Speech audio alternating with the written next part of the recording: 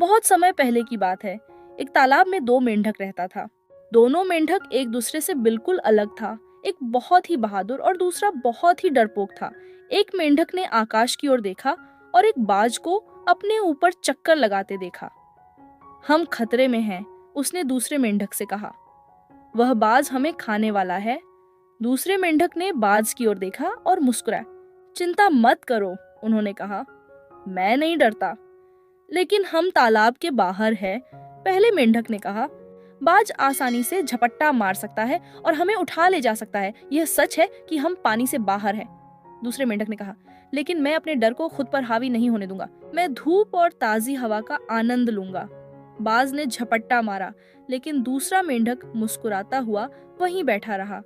बाज दूसरे मेंढक के बगल में उतरा, लेकिन दूसरा मेंढक नहीं हिला। तुम मुझसे क्यों नहीं डरते? बाज ने पूछा। क्योंकि मैं किसी चीज से नहीं डरता, दूसरे मेंढक ने कहा। मैं जानता हूं कि हर चीज किसी कारण से होती है और मुझे भरोसा है कि जो कुछ भी होगा अच्छे के लिए होगा।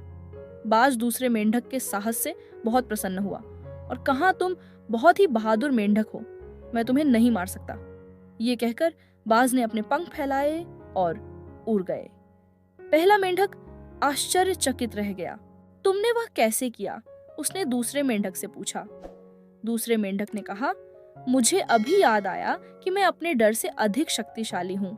मैं अपने भय डर पर स्वयं नियंत्रण रखता हूँ और मैं डर को अपने जीवन पर हावी नहीं होने देता हूँ। दोस्तों, इस कहानी से हमें यह सीख मिलता है, डर को अपने ऊपर हावी न होने दें। याद रखें कि आप अपने डर से अधिक शक्तिशाली हैं और आप अपने भाग्य के नियंत्रण में हैं।